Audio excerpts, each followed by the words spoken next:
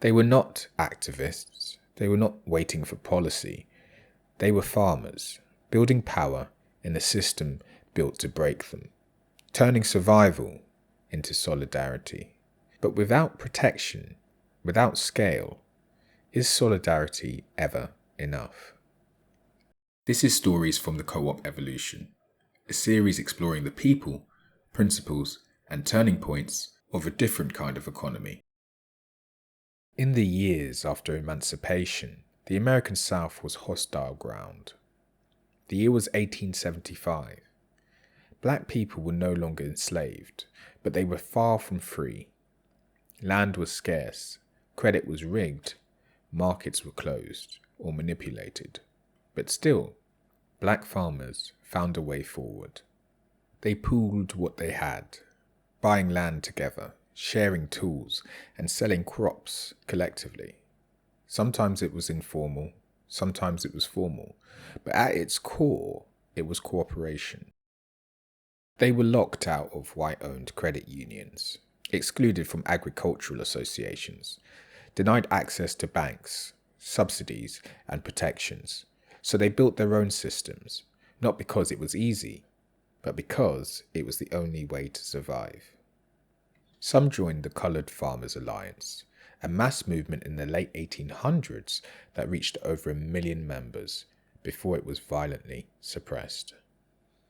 Others stayed local, forming buying clubs, land trusts, and mutual aid networks.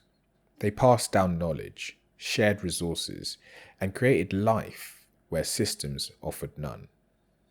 But there was no national infrastructure to protect them, no cooperative federation to amplify their voice, no legal shield when local banks, racist mobs, or government agencies came after them. And that's what made it fragile. They had the model, but not the muscle. They had the will, but not the web of support needed to survive the storm. Over time, land was lost, and ownership declined. From nearly 1 million black landowners in the early 20th century to less than a third by the Great Depression.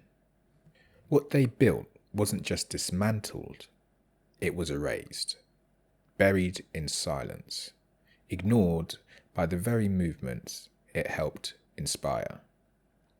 So we have to ask ourselves, what is the goal? Is it simply to build co-ops, or is it to build something that lasts?